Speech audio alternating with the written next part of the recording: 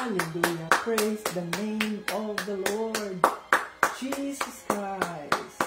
Thank you, Father God, for a new day. Holy Spirit. Thank you, Jesus. Hallelujah.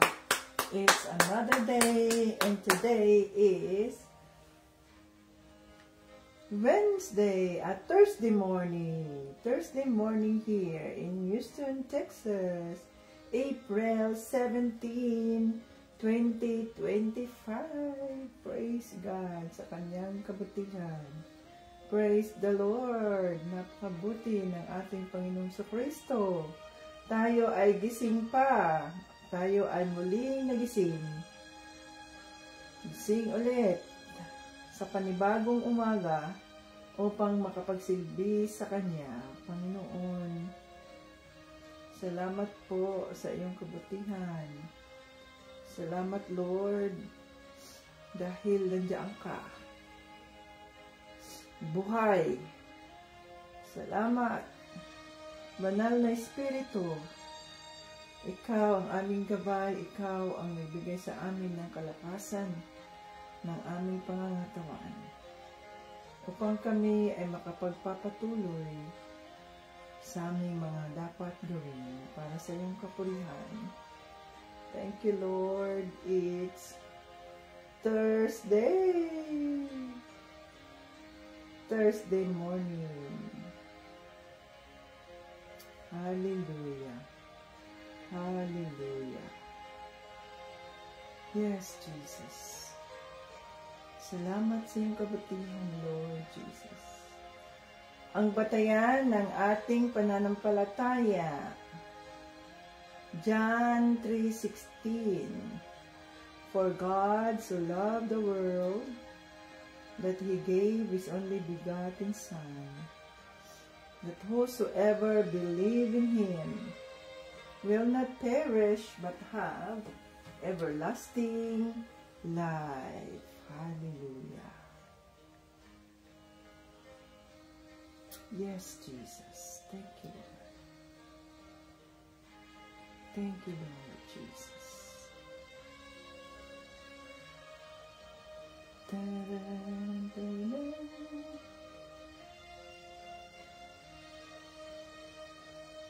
Yan. Hallelujah. Thank you, Jesus, for a new day. Panibagong umaga na naman na tayo ay makapagpuri sa ating Panginoong Jesucristo, makapagsamba sa Diyos Ama sa pangalan ng kanyang anak na si Jesus, at ngayon ay Webes. Oh, hallelujah. Thank you, Jesus, sa iyong kabutihan, sa iyong kagalingan. Thank you, Jesus. Hallelujah. Ayan, welcome dito sa ating live.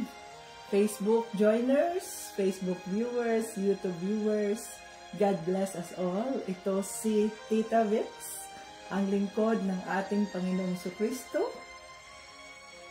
Fresh from the bed. Hallelujah. Ako ay gising na naman upang purihin at sambahin ang ating buhay na Diyos sa pangalan ni Jesucristo. So tayo ay magpuri.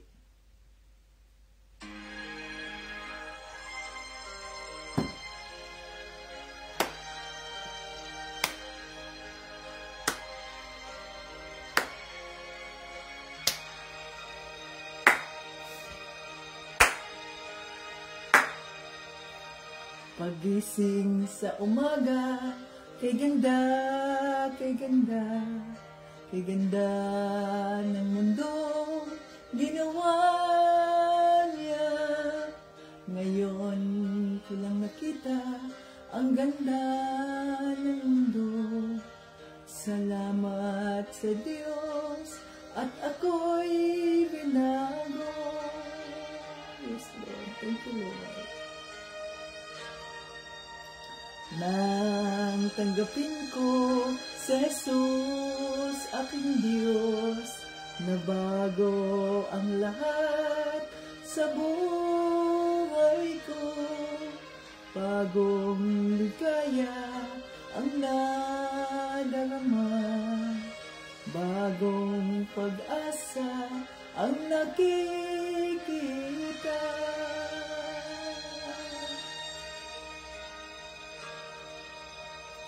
Lahat ay aking ibibigay pati aking buhay upang purihin siya.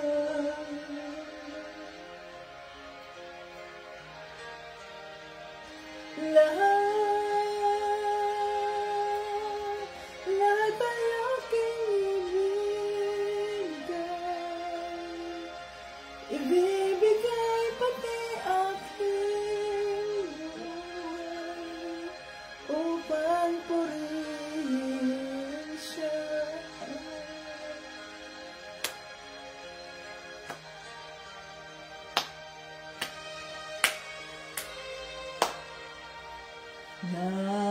Nag-uumapaw ang aking saya, pagmamahal niya ang nadarama. Kay ganda ng buhay na nasa kanya, purihin ang Diyos, purihin si Jesus.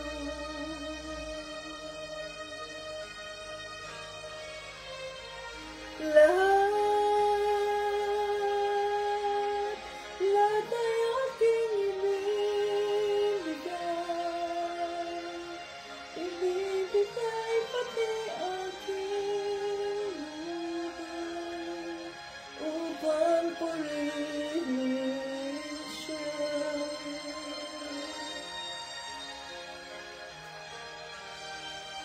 Lahat ay aking ibibigay pati aking buhay upang purihin siya.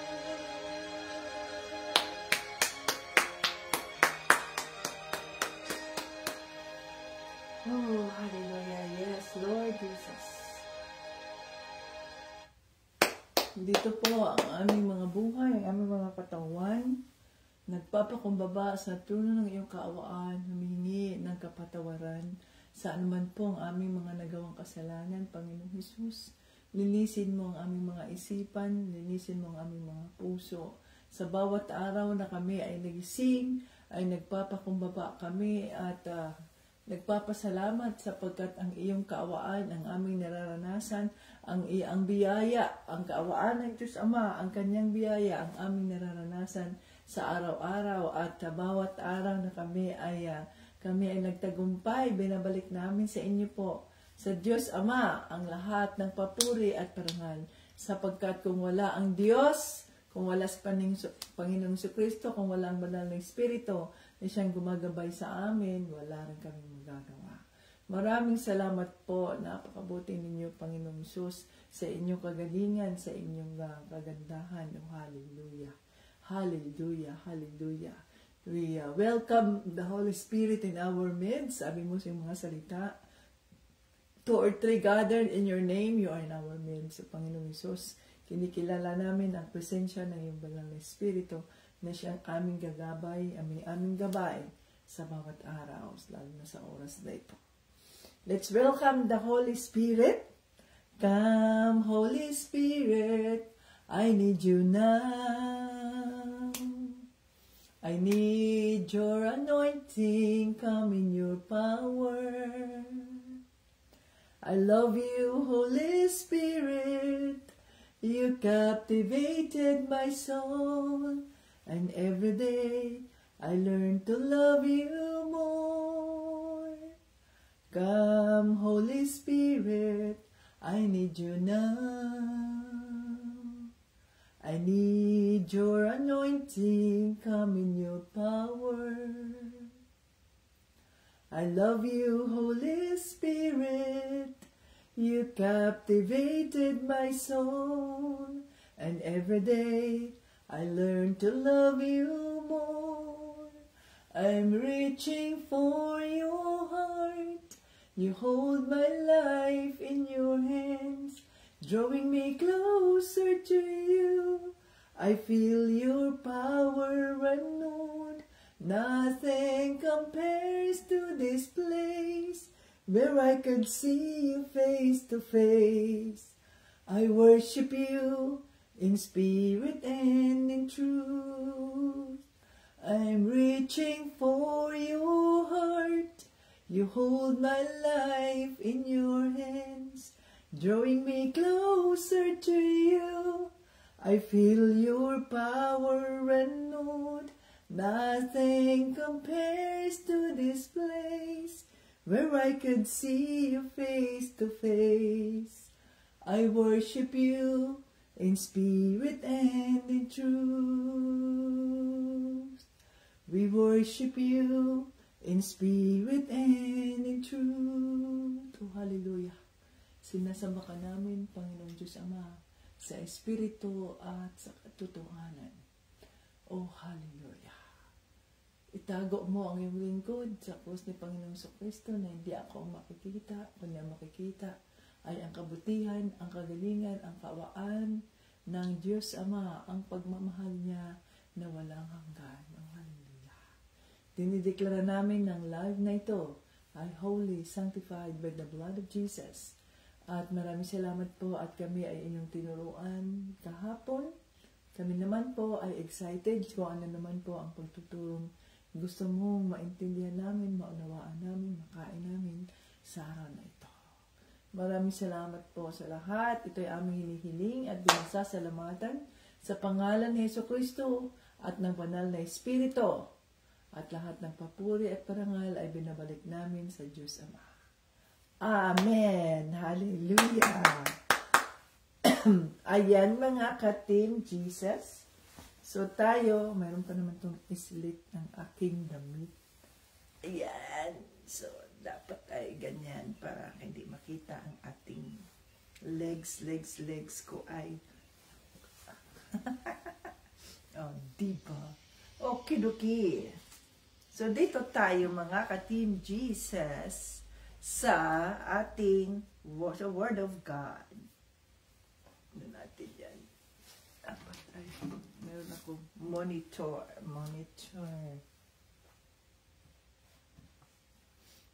Oras. Okay. So tingnan natin noong nakaraang araw, dito tayo sa Galatians. Ang kautusan at ang pangako ng Diyos. Ayan. Tandaan natin na sa pamamagitan lamang ng ating pananampalataya kay Panginoong Jesucristo, tayo ay muling nabigyan ng pagkakataon upang maiugnay, maibalik ang ating relasyon sa Diyos Ama. Kaya ito, ang John 3:16, yun ang bumabalik tayo sa John 3:16 na kahit hindi natin nakita si Panginoong Jesucristo ng personal, hindi natin siya naranasan ng first-hand experience kagaya ng mga disipulo, ay naniniwala tayo sa sinabi ng Diyos Ama. Naniniwala tayo sa Kanya, naniniwala tayo na siya ang anak ng Diyos, Diyos Ama, ang Diyos na nagpakatawang tao, at siya ang isinakripisyo para sa ating kasalanan, at nang sa ganoon ay tayo mabigyan ng pagkakataon na muling maiugnay sa ating Panginoong Hesus, o sa ating Diyos Ama. Okay? At naniniwala tayo na si Jesus ay ipinako sa cross at siya ay muling nabuhay pagkatapos ng ikatlong araw. Oh, hallelujah. So yan ang ating pinaniniwalaan, mga ka-Team Jesus. Okay. So kailangan, wala na tayo sa batas, hindi na tayo nakabatay sa batas, pero tayo ay nakabatay na sa biyaya at kawaan ng ating Panginoong Diyos Ama sa pamamagitan ng ating pananampalataya kay Panginoong Hesukristo. So it is by faith that we are saved. So sa ating pananampalataya, tayo ay nailigtas sapagkat tayo ay naniwala. So kung hindi tayo naniwala, hindi tayo maliligtas. Ang mga taong naniwala, sila ay pinagpapala sapagkat maililigtas sila sa kapahamakan dahil pinaniniwalaan nila ang mga pangako ni Panginoong Hesukristo. So dito tayo sa Galatians 4, Galatians 3 verses 26 to Galatians 4 1 to 7. Ayan. Galatians 4 1 to 7. So Galatians 3 26 to 29, 4 1 to 7. Okay. So pag-aralan natin ang salita ng ating Panginoong Hesukristo. So ang sabi dito, mga anak ng Diyos sa pananampalataya, kayong lahat ay mga anak ng Diyos dahil sa pananampalataya ninyo kay Kristo Jesus. Sapagkat binobautismuhan kayo sa pakikipag-isa ninyo kay Kristo at namuhay kayong katulad niya. Ngayon, wala nang pagkakaiba ang Hudyo sa hindi Hudyo, ang alipin sa malaya, ang lalaki sa babae. Kayong lahat ay iisa dahil kayo'y na kay Kristo na. At dahil tayo'y kay Kristo na, kabilang na kayo sa lahi ni Abraham at mga tagapamana ng mga ipinangako ng Diyos sa Kanya. Oh, hallelujah, Jesus. Chapter 4, verse 1. Ito ang ibig kong sabihin. Habang bata pa ang tagapagmana, wala siyang ipinagkaiba sa mga alipin kahit kanya ang lahat ng ari-arian. Itinagubilin siya sa mga taong nag-aalaga sa kanya at namamahala ng mga ari-arian niya hanggang sa araw na itinakda ng kanyang ama. Okay? Ganoon din naman ang kalagayan natin bago dumating si Kristo. Inalipin tayo ng mga panuntunan ng mundong ito.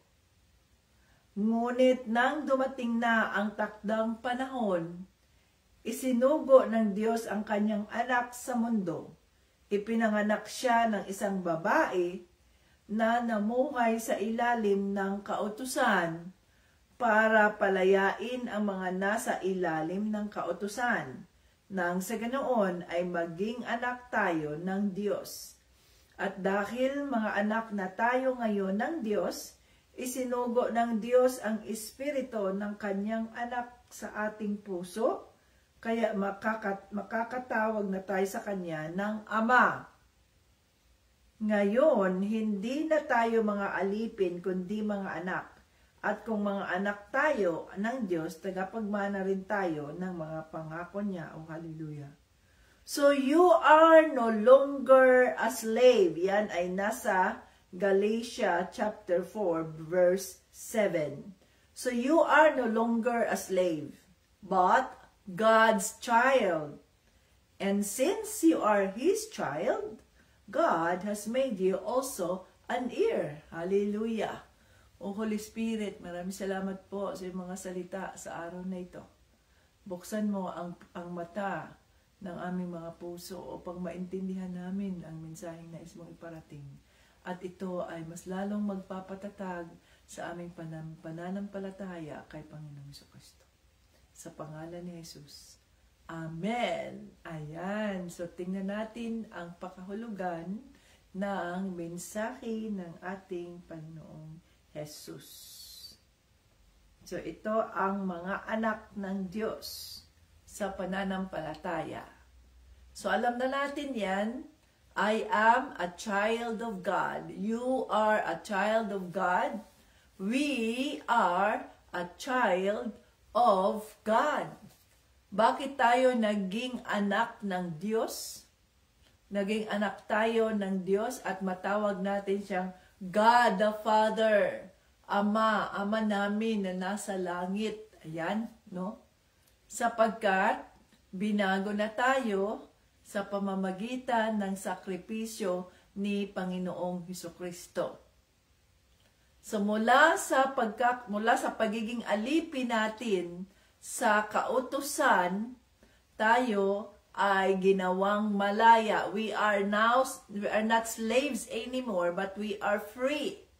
Naging malaya tayo sapagkat mula sa isang taong nasa pagkaalipin ng kautusan, yan ay si Mary, no? So doon sa pamamagitan ng kanyang katawan na isang alipin ng kautusan, ay doon ginamit siya ng Diyos upang maging magpakatawang tao sa pamamagitan ng banal na espiritu. At yun nga, muling nabuhay o nagkaroon ng anak. Ayon ang naging sakripisyo ayon sa John 3:16. Ang kanyang kaisa-isang anak. So kung tayo ay itinuring na mga anak ng Diyos, sa makatuwid tayo rin ay mga tagapagmana ng mga pangako ng Diyos kay Abraham. Kaya nga sinasabi natin, we are claiming the Abrahamic, Abrahamic inheritance. Kung saan pumupunta si Abraham, alam na natin si Lot. Si Lot ay ang pinsan ni Abraham at magkasama sila. Sabi kasi ng Diyos, Abraham, umalis ka dyan sa iyong pamilya at pumunta ka sa ibang lugar. Ayan, sinama niya si Lot. So magkasama sila ni Lot. Pag magkasama sila ni Lot, nabibless silang dalawa. Dahil nga yun ang pangako ng Panginoon Diyos Ama. Saan man pupunta si Abraham ay pagpapalain niya.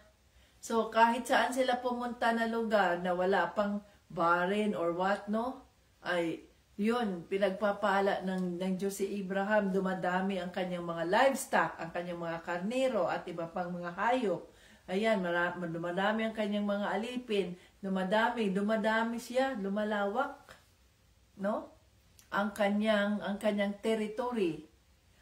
At dahil si Lot, yung kanyang pinsan, ay kasama sila, siya rin ay nagtatribe din si Lot. Pinagpapala din siya ng Diyos Ama kasi nga magkasama sila ni Abraham. Pero may pagkakataon na hindi na sila magkasundo dahil nga dumami na ng dumami, pinadami na ng Diyos ang pinagpapala sila ng pinagpapala. So, ang dami na nilang mga livestock o kaya mga hayop. Si Lot din ay ang dami na rin. So, nagkakaroon na ng kaguluhan dahil sasabihin ng mga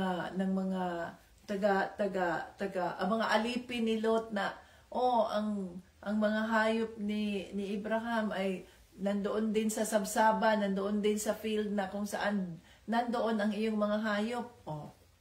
So nagkakaroon na sila ng parang competition o kaya yung sa lawak na ng kanilang territory, pareho silang pinagpapala ng Diyos dahil nga kasama ni Lot si Abraham, ay nagkokompetensya na sila. Dito ako, nauubusan na sila ng lugar na kung saan pakakainin nila yung kanilang mga hayop.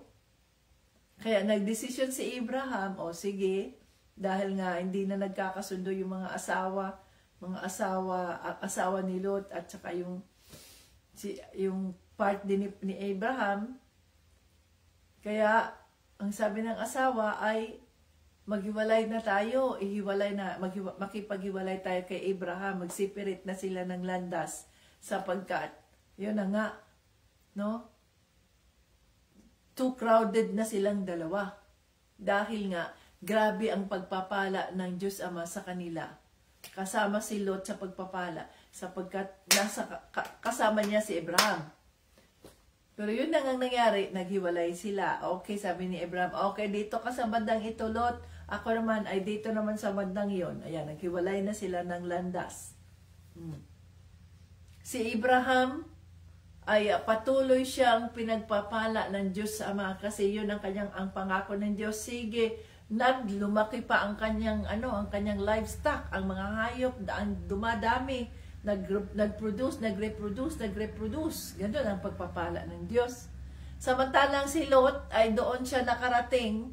Si Lot ay doon sa isang lugar na kung saan siya naman ay ninakawan ng mga tulisan. So wala nang naiwan kay Lot na kung ano-ano. See? Kasi nga wala na sa kanya ang Espiritu ng Diyos dahil nahiwalay siya kay Abraham. Ngayon, doon sila nakatira sa Sodom, sa syudad ng Sodom at Gomora, na kung saan ang syudad na yon ay gumagawa ng kasamaan, kalaswaan. Yun yung Sodom at Gomora. Ang babae sa babae, ang lalaki sa lalaki, ayan na. Nagtatalik yung babae sa babae, lalaki sa lalaki, gano'n, no? Yung Sodom at Gomora. At yun nga ang nangyari, na walang ibang nailigtas doon sa ginawang parusa ng Diyos, kundi ang pamilya ni Lot. Kaya sabi ng Diyos Ama, umalis pa, ulisin mo sila doon. So, nagpadala ang Diyos ng anghel upang sabihan si Lot, dahil nga si Abraham, sabi niya, Lord, nandoon ang aking pensya, nandoon si Lot. No? So, yun ay naawa ang Diyos. O, sige, iligtas natin si Lot. Sige, iligtas. So, naligtas si Lot at ang kanyang pamilya. Pero ang instruction ng anghel ng Diyos, huwag kayong lumingon doon sa syudad. Dire-diretso lang ang lakad. Sige, bilisan nyo, dire-diretso lang ang lakad. Walang lilingon. Ngayon, itong asawa ni Lot, ayan na, nakarating na, kaalis na sila, medyo malayo-layo na siya. Ang tukso ng demonyo, lumingon siya, dahil nga doon sa kanilang mga kayamanan, siguro, mga properties nila, whatever, no? Nangihinayang siya doon dahil nga sinunog ng Diyos yung syudad. Lumingon siya, ang asawa ni Lot, lumingon. At nang siya ay lumingon, siya ay naging diboltong asin. Yun. Nangihinayang siya doon sa mga bagay-bagay sa mundo. Sa halip na sundin lang niya ang instruksyon, huwag kayong lumingon, dire-diretso lang hanggang sa makarating kayo doon sa bundok. Na anong bundok yun?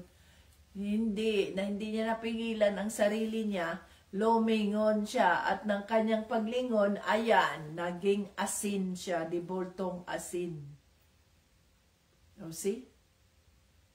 So kung tayo, ang ayon dito, kung tayo ay mga anak ng Diyos, dati, nung tayo'y mga bata pa lang, although tayo'y mga Kristiyano, yung mga panahon na yan, sa panahon ng mga Hudyo,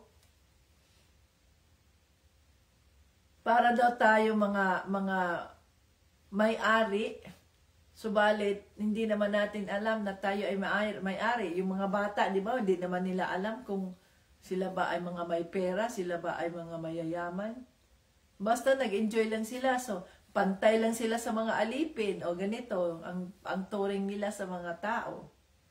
Pero nang dumating ang tamang pagkakataon, Ito na yung tamang pagkakataon na kung saan si Panginoong Kristo ay naisilang at tayo ay naniwala sa Kanya.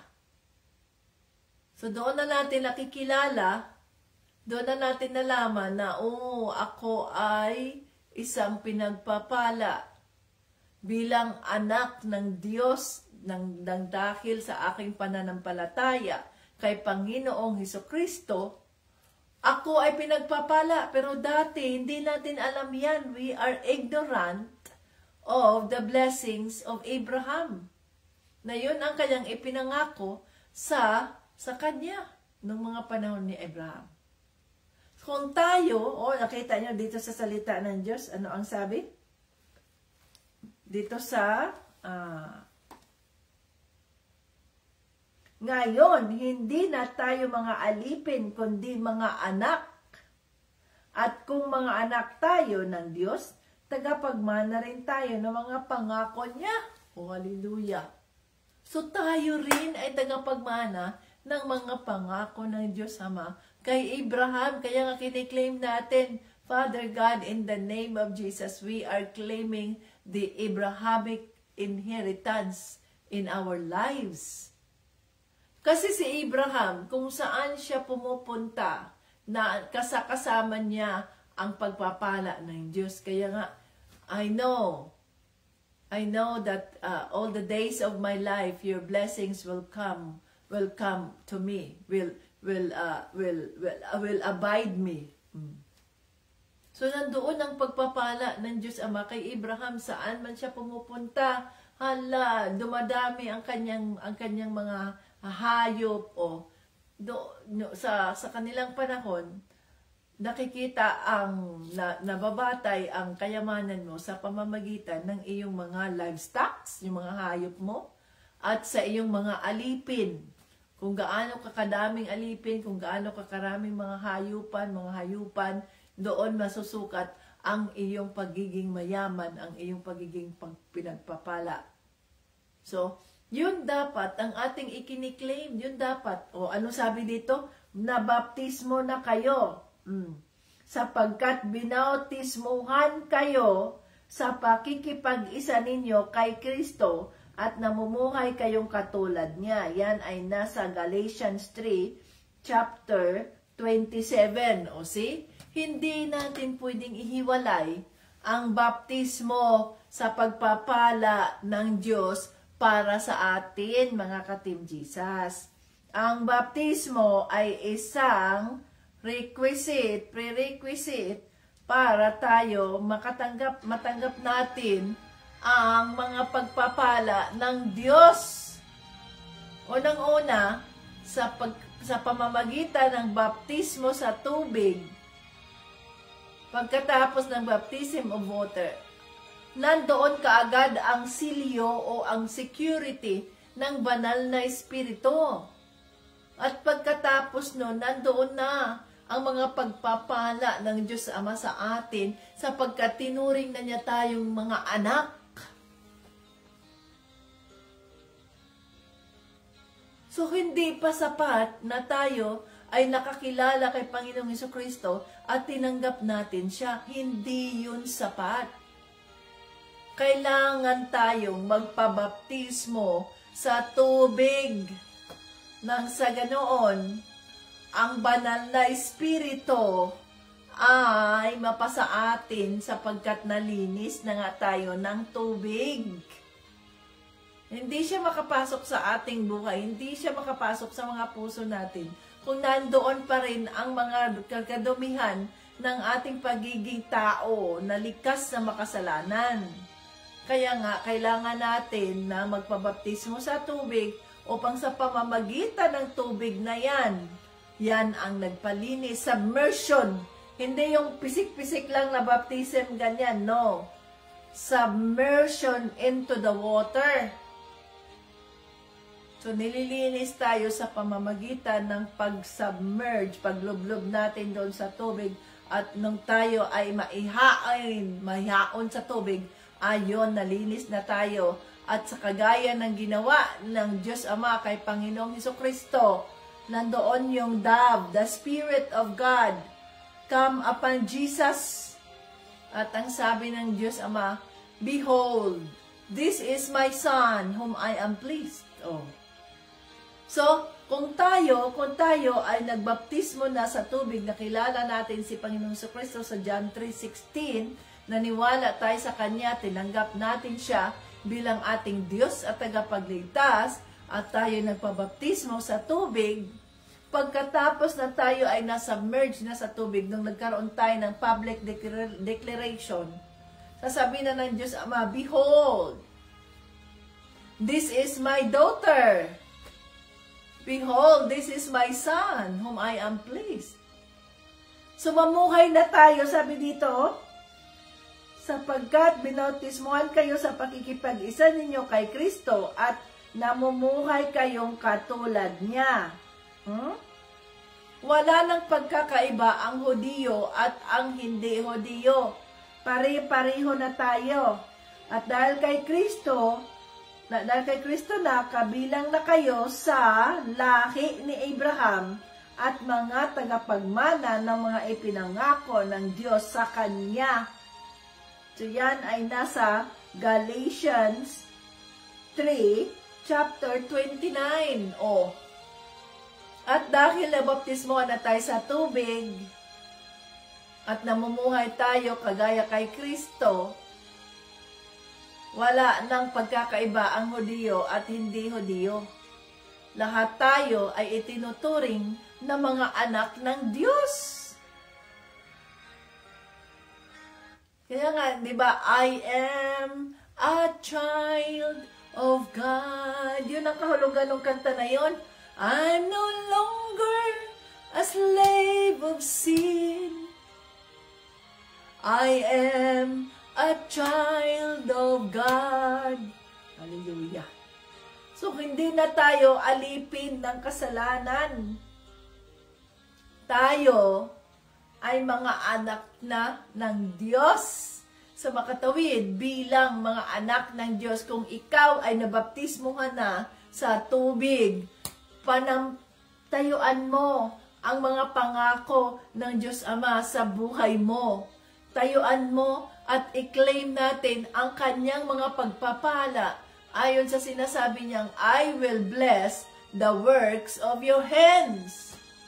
So, paano tayo pagpapalain? Pagpapalain lang ba tayo na tayo nakaupo lang ng ganyan? Ay, hintayin ko ang pagpapala ng Diyos sapagkat ako ay anak ng Diyos. I am claiming Abrahamic's inheritance.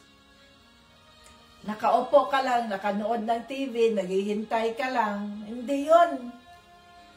Dahil galit ang Diyos sa mga taong tamad. Kaya nga binigyan tayo ng katawan, binigyan tayo ng kalakasan ng pangangatawan, binigyan tayo ng kaalaman, wisdom and understanding. At ang sabi sa salita ng Diyos, I will bless the works of your hands. No, ibig sabihin nun, kailangan tayong kumayod, kailangan tayong kumilos, kailangan tayong magtrabaho, kailangan tayong magnegosyo. Yun na nga, pag nag-business na tayo, para umunlad ang buhay natin, itong maliit na business na yan, pag nandito ang presensya ng banal na espiritu sa business na yan, pagpapalain niya yan, lalago ang business na yan, kasi yun ang pangako ng Diyos sa kanyang mga anak. Lalago ang business na yan, ang negosyo na yan, kung ito ay kinikilala natin na ito ay sa Diyos. Gaya ba ng D&G? D&G, we have divine and gracious God. No? Ang banal at ang maawaing Diyos. Sa D&G, divine and gracious God. Nagkaroon na ng COVID. Nung kinuha namin yung binigay ng Diyos, yung D&G, ay ang dami palang mga utang. 46,000 ang utang, $46,000 ang utang. Daming mga babayarin, umabot na ng $60,000 utang lahat. Meron pa silang mga bills sa credit card, sa mga ganyan na hindi namin alam. So Lord, tulungan mo kami nito, Lord. Anong gagawin namin? But by the grace of God, sapagkat kinikilala namin na itong business na ito ay sa Diyos, for within 2 years, ay nabayaran natin ang mga utang na yan sa pamamagitan ng pagpapala ng ating Panginoong Hesukristo. Within 2 years, yung 60,000 na yan, ay $60,000. So, magkano yung $60,000? More or less, mga 3.5 million pesos ang utang ng company nung kami ang nag-take over na hindi naman namin alam. No? Nagkaroon ng panluloko pero napakabuti ng Diyos. Sapagkat ginamit niya ang company na yon, ng company niya, D&G Rehab, nang sa ganoon, mula doon ay dadaloy ang kanyang mga pagpapala. Hallelujah. So kahit na nag-COVID-19 na, ilang taon ng COVID-19? 2020, 2021, 22, 23, 24, no? 2019 man yun, December. Tapos early months ng 20. So 2020, 2021, 2023, 2024. 4 years na nagko-COVID. Subalit ang mga pagpapala ng Diyos sa atin ay hindi nawawala. Ang daming mga company dito sa Amerika na nagsara nang dahil wala na nga negosyo, lugi sila, wala nang pumunta, wala na silang mga customer. Subalit nang dahil sa kaawaan ng Diyos, ang D&G Rehab ay nananatiling nakatayo, nananatiling buhay at ginagamit ng Diyos bilang pagpapala para sa kanyang ministry. To God be the glory. Oh, hallelujah. So yan ang isang patotoo na kapag tayo ay mga anak ng Diyos at tayo ay naniniwala at alam natin, ibig sabihin nun, hindi tayo mga mangmang sa mga pangako ng Diyos dito o sa salita niya, hindi tayo mga mangmang. Alam natin, we are aware, alam natin na ako ay anak ng Diyos. I am a child of God.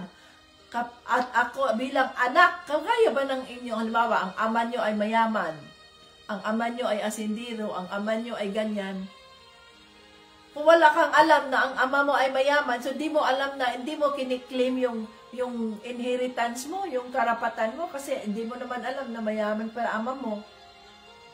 So wala kang alam na nagigising ka araw-araw na hirap sapagkat hindi mo man alam na milyonaryo pala ama mo. Kaya nga, kailangan nating marunong tayo dito sa salita ng Diyos. Marunong tayo dito sa mga pangako ng Diyos dito. Nang sa ganoon, hindi tayo maloko ng kaaway ng Diyos. Sabihin niya, ay, mahirap ka lang naman, ay, hindi ka talaga aasinso, ay, ganito ka, ay, yan ay mga deception ng kaaway ng Diyos sapagkat wala tayong alam sa kanyang mga salita. Pero pag alam natin ang salita ng Diyos, nandyan yan. Pag sinabi ng demonyo ay talagang mahirap ka, ay talagang wala kang asenso kahit ano pang gagawin mo, ganyan. At ikaw naman na mangmang sa salita ng Diyos, oo nga, wala na talaga akong pag-asa. Hanggang kamatayan na ako maghihirap. Hanggang ganito na talaga ako. Kasi mangmang ka sa salita ng Diyos. Subalit kung ikaw ay learned, ibig sabihin mo maalam ka sa salita ng Diyos, sabihin mo sa demonyo, ay demonyo, wag mo akong lokohin. Nasa salita ng Diyos yan. Kung di mo alam demonyo yan, ay nasa Galatians chapter 4, verse 7. Ang sabi sa salita ng Diyos, so you are no longer a slave, but God's child. And since you are His child, God has made you also an heir. Oh, sabihin mo sa demonyo, o demonyo, di mo ba alam yan? Ako ay anak ng Diyos. Hindi na ako alipin ng kasalanan. Hindi mo na ako alipin, binago na ako ng Diyos. Ako ay itinuring na ng Diyos na kanyang anak. Sabihin ng demonyo ay pataka-taka. Gawa-gawa ka lang ng kwento.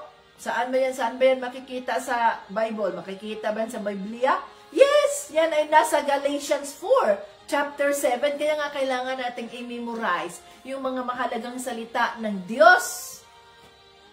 Nasa Galatians 4, chapter 7 yan, I'm no longer a slave of sin. I am a child of God, and therefore, since I am a child of God, I am also an heir of His kingdom. Ako ay anak ng Diyos, hindi na ako alipin sa makatuwid. Isa akong tagapagmana ng mga pangakong ibinigay ng Diyos kay Abraham. Isa na akong anak ni Abraham na kailangan na makakatanggap sa mga pangakong pagpapala ng Diyos sa buhay ko. Ganyan dapat tayo. Wala man tayong alam sa salita ng Diyos. So, hindi tayo agresibo kasi wala man tayong alam. Pero pag alam natin ang mga pangako ng Diyos, kaya kailangan natin i-explore ang salita ng Diyos. Sa halip na magbasa tayo ng mga nobela, sa halip na manood tayo ng ilikom natin itong mga memory verses, itong mga pangako ng Diyos, ilagay natin yan sa ating journal. Lagay itong mga memorize natin mga para sa ganoon, pag dumating ang mga pagsubok na hinayaan ng Diyos Ama, na gawin yan ng demonyo sa atin, hindi tayo iiyak-iyak lang, wala na ako magawa dahil ganyan. Yan ang sinasabing mga Kristiyanong talunan. My people perish because of lack of wisdom. Namamatay ang mga anak ng Diyos dahil sa kawalan ng kaalaman, dahil sa kawalan ng karunungan. Bakit walang karunungan? Wala man ang aklat Nandito ang kayamanan kung nag-explore tayo niyan, at we ask the Holy Spirit to lead us, nandito ang kayamanan niya, nandito ang sekreto ng prosperity. Sapagkat ang mga pangako ng Diyos ay hindi napapako. Subalit hindi natin natatanggap ang kanyang mga pangako sapagkat wala man tayong alam sa mga pangako niya, ignorante man tayo, kaya pag sinabi ng demonyo, ay ganito ka, ay ganyan ka, ay ganun ka, oo nga, ganun nga ako, oo nga, oo. Oo lang tayo ng oo sa demonyo kasi nga wala man tayong alam sa mga pangako ng Diyos sa mga buhay natin. Oh. Pero pag may alam tayo, pag nagpipray tayo, di ba, anong sabi natin? Pag nagpipray tayo, pag kinikilala natin, nagpipray tayo, Lord Jesus, sabi mo po sa mga salita, ganito, diyan sa Galatians 4, chapter 7, I'm no longer a slave of sin, I am a child of God. Sabi mo dito, yan and since I am a child of God, God has made me also an heir. Dahil ako ay anak ng Diyos. Ako rin ay tagapagmana ni Abraham sa mga pangako ng Diyos. Kaya kinikilala ko, kiniklaim ko ang mga pagpapalang yan. Pagpapalain mo ang kilos ng aking mga kamay at mga paa. Pagpapalain mo ang aking trabaho. Pagpapalain mo ang mga negosyong ibinapatong mo sa aking kamay. Pagpapalain mo ako nang sa ganoon ako ay maging pagpapala rin sa iba. Ganon dapat, mga ka-Team Jesus. No? To God be the glory. Oh, hallelujah. Yun dapat ang ating ang uri ng pagiging Kristiyano natin. Pagiging Kristiyano natin, dapat agresibo tayo sa mga pangako ng Diyos. Yung nasa mundo, they're very aggressive. Yun na yung lumalabas doon, yung manifestation. I manifest na ito ay mangyayari sa buhay ko. Pagdating ng 5 taon, magkakaroon na ako ng magandang bahay, magkakaroon ako ng magandang sasakyan, magkaroon ako ng ganito, magkaroon ako ng ganyan. Yan, agresibo sila. They said, I manifest that it will come. Yan ang sa mundo. Na they are too independent sa sarili nila na magagawa nila yan. At pag nagawa na nila yan na may manifest ng ganyan, sino ngayon ang mapupurihan? Hindi ang Diyos. Kundi sila, kagaya ng ginawa ni Nebuchadnezzar. Ang sabi ni Nebuchadnezzar, I made them all. Na pinakita yung nagyayabang na si Nebuchadnezzar sa kanyang mga achievements na ganito, ganyan, ang kanyang kingdom, ito ang kanyang kingdom, ang ganda ng kanyang kingdom. At ang sabi niya, I made them all. Pagkatapos niyang masabi yan, may narinig siyang boses. The glory belongs to God alone. See? So pinurusahan si Nebuchadnezzar. Siya ay naging isang anong tawag noon, yung insane. So nabaliw si Nebuchadnezzar sa loob ng 7 taon. At doon siya sa wilderness, doon siya sa kaparangan, siya ay nabuhay, gumagapang na siya doon sa damuhan. Siya ay nabubuhay sa hamog ng umaga. Doon, umiinom siya ng tubig, kung ano makain niya doon. Baliw, naging baliw. But the Lord restored him. Noong na-realize niya na hindi siya Diyos. Siya ay nilikha lamang at nagsisi siya sa kanyang ginawa. Kaya nirestore siya ng Diyos after 7 months, after 7 years. See?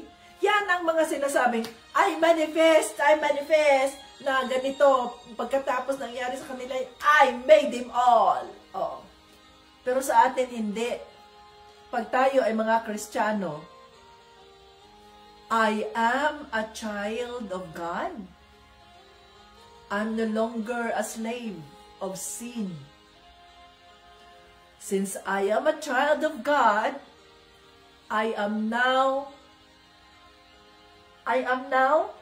ako ay anak na ni Abraham at ako na rin ay bahagi ng mga pangako ng Diyos Ama sa Kanya. So, iba ang ating pananalita. Hindi tayo nagsasabing, I made them all. Nandiyan ang Diyos. Isa na ako sa makakabahagi sa pagpapalang ipinangako ng Diyos kay Abraham. So, nandoon ang Diyos. Kinikilala natin ang Diyos. Hindi yung, I made him all, I manifest, nang dahil sa aking kagalingan. Diba? Magaling ako. Tingnan mo, nagawa ko yung aking plano sa buhay na I manifest, na magaganyan ako. Hindi yan sa Diyos. Kasi, ikaw ay glory mo, glory to me yan, hindi glory to God. Pero pag tayo mga anak ng Diyos, ang pinagbabatayan natin sa mga pagpapalang mangyayari sa ating buhay ay dahil tayo ay mga anak ng Diyos sa pamamagitan ng ating pananampalataya kay Panginoong Jesucristo. Hallelujah! So tayo ay naging mga anak ng Diyos at dahil tayo mga anak ng Diyos, humalaya na tayo sa kautusan, hindi na tayo alipin ng kasalanan. At dahil tayo ay anak ng Diyos, tayo ay kabahagi na ng mga pagpapalang ipinangako ng Diyos kay Abraham. Hallelujah! Ganon dapat ang mga Kristiyano. No? I am claiming the Abrahamic inheritance to me and to my family. The Lord will bless the works of my hands. Kahit na kaunting negosyo, kahit na anumang ginagawa mo, pag pinagpapala yan ng Diyos, it will multiply, it will multiply, it will multiply. Lalago, lalago, lalago ang iyong, ang negosyong ibinigay ng Diyos sa iyo. Kung hindi mo kinakalimutan na yan ay galing sa Diyos at hindi galing sa sarili mong pagsisikap. Ang mga anak ng Diyos, ang mga ignorante sa mga salita ng Diyos, tayo naging ignorante sa mga salita ng Diyos, nagpassing by lang tayo sa mga salita niya, instead na balikan natin at bigyan natin ng emphasis itong mga pangako ng Diyos, ay mga pangako ng Diyos yan. Kaya pagdating ng mga pagkakataon na tayo ay lugmok at tayo ay sinusubukan ng demonyo sa ating pananampalataya kay Kristo, tatayo tayo na ang ating sandata ay ang salita ng Diyos. Kaya nga, put on the whole armor of God. Nang sa ganoon ay hindi tayo mabuwal mula doon sa mga palaso ng demonyo. So ano ang ating pinanghahawakan? Ito ang salita ng Diyos. Ang mga pangako ng Diyos Ama ay hindi napapako. Ito ay totoo at mangyayari kapag tayo naniniwala at ginagawa natin ang nararapat bilang mga Kristiyano. Okay? So, naintindihan ba natin yun? Binubuksan ng banal na espiritu ang ating mga isipan. Tayo ay mga anak ng Diyos. Nung tayo tumanggap kay Panginoong Jesucristo at tayo nabaptismo sa tubig, andoon ang banal na espiritu. Kaya lang hindi natin alam ang ating mga pribilehiyo, ang ating mga benepisyo bilang anak ng Diyos, sapagkat hindi pa natin masyadong alam ang salita ng Diyos. Pero nang malaman na natin, unti-unti natin pinag-aaralan ang salita ng Diyos, doon natin naiintindihan na ako ay anak ng Diyos. At dahil anak ako ng Diyos, mayroon akong karapatan na i-claim. Seek and you will find. Seek and you will find. No? Ask and you will be given. Seek and you will find. Knock and the door will be open unto you. Yun ang pangako ni Panginoong Jesucristo. Hindi na ibigay sa atin ang kanyang mga pagpapala sapagkat hindi natin hinihingi. So, kailangan nating hingin. No? Kagaya namin, sabi ko, hingi tayo sa Diyos ng bahay na yung maliit lang ba, pero atin. Kasi gusto kong magtanim, maglagay ng mga bulaklak, yung maging permanente ba? O ganyan. Sabi ni Tito Brian, hingin natin sa kanya yan kasi siya naman ang may-ari ng lahat at tayo ay mga anak niya. Kaya ibibigay niya yan kung ito'y makakabuti sa atin. Di ba? So walang contradiction kapag pareho kayong naniniwala sa Diyos at alam ninyo na kayo ay mga anak ng Diyos at yun ang inyong pinaniniwalaan. Magkasundo kayo, mag-agree kayo. Pero kung ang iyong asawa, iyong banay, wala naman, hindi naman niya pinaniniwalaan ang pangako ng Diyos, pag sinabi mong hingi natin sa Diyos, yung ganyan, sure ka dyan? Nandoon agad ang objection. Objection may honor.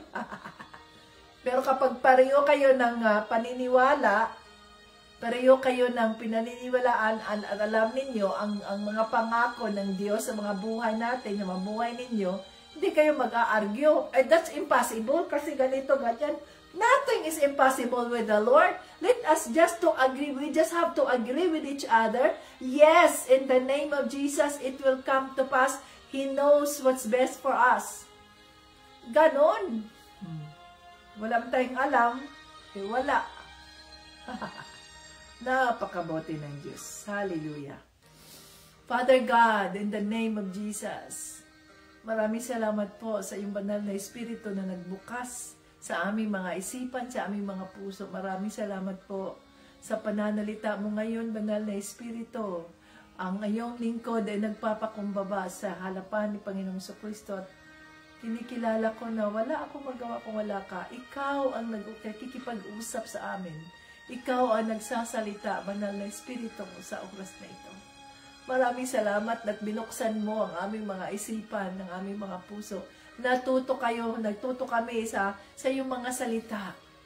Maraming salamat at binuksan niyo ang aming mga isipan, ang aming mga puso, na kami ay mga anak ng Diyos. Hallelujah! Nang dahil sa aming pananampalataya kay Panginoong Jesucristo at kami ay nabaptismo sa tubig, naniniwala kami na ang banal na Espiritu ay nandito sa aming mga puso, nakatira sa aming mga puso, sapagkat ang aming katawan ay ang templo ng banal na Espiritu. Oh, hallelujah! At kami ay naniniwala sa iyong tamang panahon, it will come to pass na pagpapalain mo ang aming mga kamay, pagpapalain mo ang aming mga trabaho, pagpapalain mo ang aming mga negosyong ibinigay niyo sa amin, Panginoong Jesucristo, sapagkat kami ay mga anak ng Diyos at kami ay kabahagi ng mga pagpapalang ipinangako ng Diyos kay Abraham. Oh, hallelujah!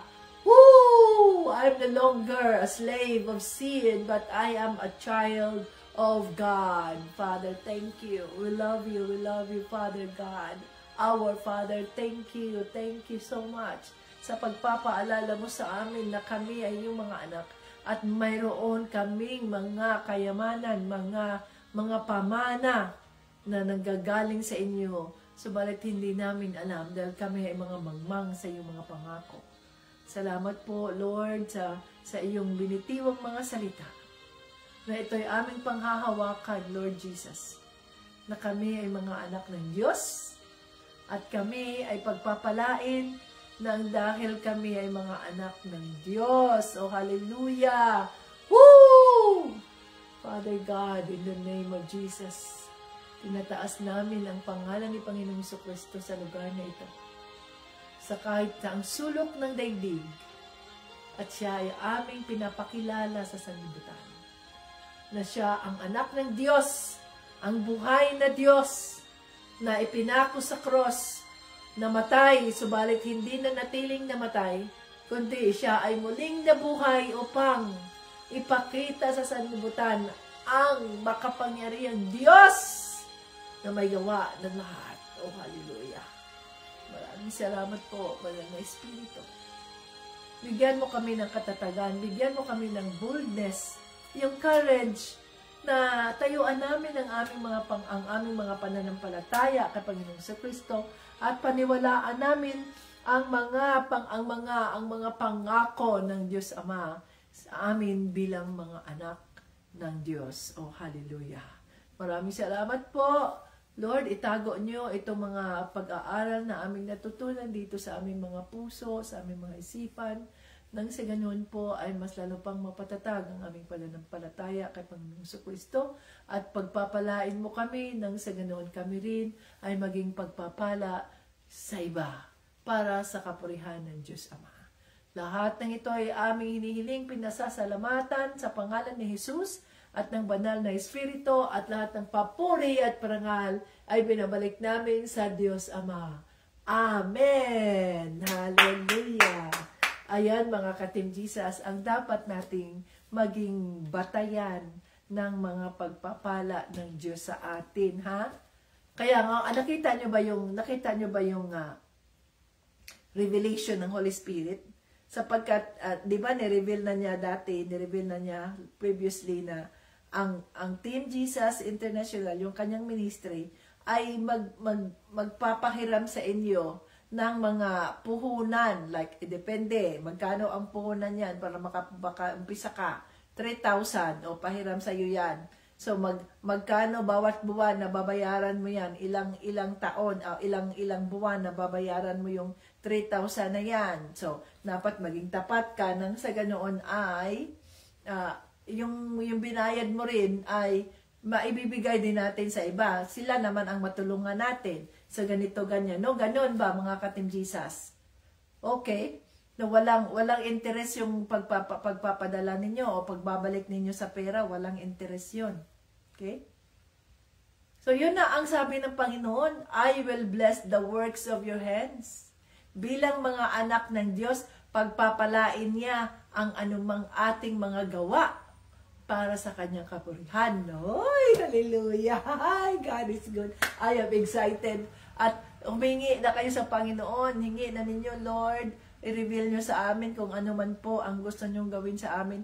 Na hindi tayo mananatiling ano lang, yung tagasunod sa mga boss natin na nasa mundo. Kundi tayo dapat ang mga tagapamahala, tayo dapat ang mga may-ari ng mga negosyo, ng mga businesses, at tayo ay magkaroon ng maraming mga constituents, maraming mga, kagaya ba kay Abraham na marami siyang mga alipin, marami siyang mga livestock, marami siyang mga negosyo. So, ganun dapat ang ating mindset dahil tayo ay mga anak ng Diyos. Kung tama tayo, kung matuwid tayo sa harap ng Diyos, mga ka-Team Jesus. Diba? Exciting. Yun dapat. Hindi tayo hingi lang ng hingi. Yan ang nangyari sa Pilipinas o dole out. Hala, binibigay lang sa kaya ang mga tao natatamad-tamad. Okay lang kasi mayroon na naman akong matatanggap na ng gobyerno. Hindi yun ang plano ng Diyos sa atin. Mula sa kahirapan, pag tayo ay nagsisikap, pag tayo ay nagtitiis, ano man ang wisdom na binigay ng Diyos sa atin, ano man ang skill na binigay ng Diyos sa atin, gamitin natin yan upang tayo ay umunlad, upang tayo ay lumago. Mag-business tayo na ganito, ganyan, mga ka-Team Jesus. Kung ano mang meron kayo dyan na availability, may lupa kayo dyan, tamna ninyo yan ng mga kung anong mga gulay, whatever, ang sabi ng Diyos, okay? Kung ano, ganyan dapat tayo mga ka-Team Jesus. Palawakin natin ang ating mga paningin. Palawakin natin, hayaan mo ang banal na Espiritu ay magpakita sa iyo ng vision na ganito yan, at paninindigan mo yan, pangako mo yan. Naalala ko yung 2 months na tinanggap namin ang D&G. Tapos yun na nga, ang daming mga nagkiklaim ng kanilang mga bayad na hindi pa pala sila nabayaran 5 months ago, 1 year ago, hindi pa sila nabayaran. Mayroong hindi nabayaran ng $24,000 na company. Mayroong hindi nabayaran ng $13,000. Mayroong hindi nabayaran ng $8,000. Mayroon ditong hindi nabayaran ng ganyan. Ganun ang nangyari sa D&G. Kasi yung namamahala doon ay walang alam, mayabang, at nagsasabi lang, meron tayong fund, yes, yung namamahala. Yun pala, deficit na sila. Kaya ang may-ari, ang sabi, ibenta ko itong company na to dahil wala na, hindi na siya makaahon eh. Lubog na siya sa dami niyang mga babayaran. At nagkataon naman na si Brian ay isa sa kanilang mga therapist, ito to Brian, tinawag siya ng may-ari, Brian, halika, baka interesado ko nito sa staffing na ito, ibenta ko sa iyo to. Walang plano na di namin alam ng ganyan, but God knows everything. Sa pamamagitan ng D&G, tayo ay nakapag-survive, nagkaroon ng sahod, si Tito Brian, ako, nagamit ang company ng Diyos para sa kanyang ministry. So, nung 2 months na yan, 2 months, ang daming ang mga kailangang bayaran. Ganito, paano to Lord? Wala namang kaming collection, di pa nagbabayad ng mga ito, Lord. Ang gagawin namin? Sabi ni Tito Brian, ano bang plano mo? Di mo ba kaya to? Kasi hindi man siya pwedeng mag-manage sa company dahil nasa field siya eh. Tumitingin siya ng mga pasyente. So, dito ako nilagay ng Diyos. Anong plano natin? Anong plano ng Diyos nito? Ano bang decision mo? Kaya mo ba itong panindigan? Kaya mo ba ito? Wala naman akong kaalam-alam sa pag-manage yung ganyan. Kaya mo bang panindigan? Kaya mo bang ganyan? Kundi ko alam. Wala akong kaalam-alam dito. Kung 15, ano yung mga system? Wala akong alam. No? Nung pinagdasal namin, ang sabi ng Holy Spirit, you fast. So, nagpa-fasting ako kahit hindi alam ni Tito Brian, nagpa-fasting ako, I'm praying, I'm fasting, habang noon ako sa Brindisi, nagtatrabaho ako na under D&G, Lord Jesus, anong gagawin ko dito, Lord? Nahihirapan ako. Di ko alam to, Holy Spirit, lead me. So, nagkaroon ng vision ang Holy Spirit sa akin na huwag ninyong i-give up ang company. Kasi sabi ni Tito Brand, I will give this up. Ano ko na tong company na to, ibenta ko to kasi masakit sa ulo, ganito, ganyan. Di ko kaya yan. May mga pasyente ako, ganyan. Sabi ng Diyos sa akin, huwag mong i-give up ang company. Diyan ka, umupo ka dyan. Di ako marunong yan. Lord, wala akong alam sa mga ganyan. Akong bahala sa'yo. He will equip the cold. O, di ba? Ganon lang yun. Kahit wala tayong alam sa mga negosyo na yan, pag binili tayo ng Diyos, magbibigay siya ng kaalaman, gagabayan tayo ng wisdom ng banal na Espiritu. Anong gagawin ko nito, Holy Spirit? Tulungan mo ako. Anong gagawin ko nito, Holy Spirit? So, I was very dependent sa Holy Spirit kahit hanggang ngayon. So, ano na, umabot na ang 2015 tayo, 10 years na nga ang DNG, di ba? 10 years na last February. To God be the glory. Nakasurvive man ang company ng Diyos. Bakit? Because we acknowledge the Lord that it is His. At we are just servants. Kami ay mga tagasunod lamang. Kami ay mga alipin. Ang aming boss ay ang Diyos, si Panginoong Jesucristo. Oh. So, nananatili pa rin ang company kahit na maraming mga company na sarado dahil ganito, maraming mga home health agencies ang nasarado. So, balit ang mga home health agencies na connected ng company ng Diyos ay kahit may COVID ay may mga pasyente pa rin, pinagpapala pa rin sila ng Diyos nang sa ganoon ay maging pagpapala rin sila sa atin sa DNG Rehab. Magkaroon tayo ng pasyente. To God be the glory. You see? Ganon lang yun mga ka-Team Jesus. Magsimula tayo sa maliliit. Kung kayo ay magaling dyan, magluto ng tinapay, magluto ng mga ganyan, kahit walang oven, doon lang sa kaka, ang mga ganyan, i-steam ninyo, magbitinda kayo ng mga puto, tanggap kayo ng mga order, o whatsoever, mga anak nyo, patulungin nyo. That's business, family business. Asawa mo ang maghahatid ng mga order nila, ng mga ganito, ganyan, wala akong puhunan, magbigay ang Diyos ng puhunan sa'yo. Ganon yun ang sinasabi. Kung tayo ay magtiis tayo sa hirap at gawin natin ang nararapat, naintindihan ninyo yun? Kaya ipagdasal ninyo yun sa Diyos. Lord, reveal to us, Holy Spirit, kung ano ang gusto mong gawin namin, yung negosyo na kung saan ang iyong pamilya. Ito anak, maliit pa yung anak mo, anak. Ang assignment mo sa negosyo natin, ikaw mag-cut ng mga papers para sa ganyan, ha? O ikaw maghugas ng ganito. Dapat may mga assignments. Kagaya ba ng mga bata ba doon sa Cebu ba, mayroong na ang kanilang computer shop, mayroon na naman silang bagong buksan. O yung kanilang mga kapatid, mayroon ng mga assignments yan. Ikaw, mag-maintain ka dyan sa ganito ha. Ikaw, EG, magawa ka ng ganyan. So, sinasahura na sila. So, habang sila ay nag-aaral, ay meron na silang sariling mga sahod na kanilang itinatago. No? Dahil meron naman silang allowance na nagaling sa Diyos mula rito, mula sa Diyos from us here, na binibigay sa kanila. Ganun ba? So, tulong-tulong dapat yun mga ka-Team Jesus. Tulong-tulong ang bawat pamilya nang sa ganoon lahat tayo ay uunlad. Hindi pwedeng isang tao lang mapagod yan. Kailangan yung marami kayong mga anak. Yan, advantage yun dahil maraming manpower.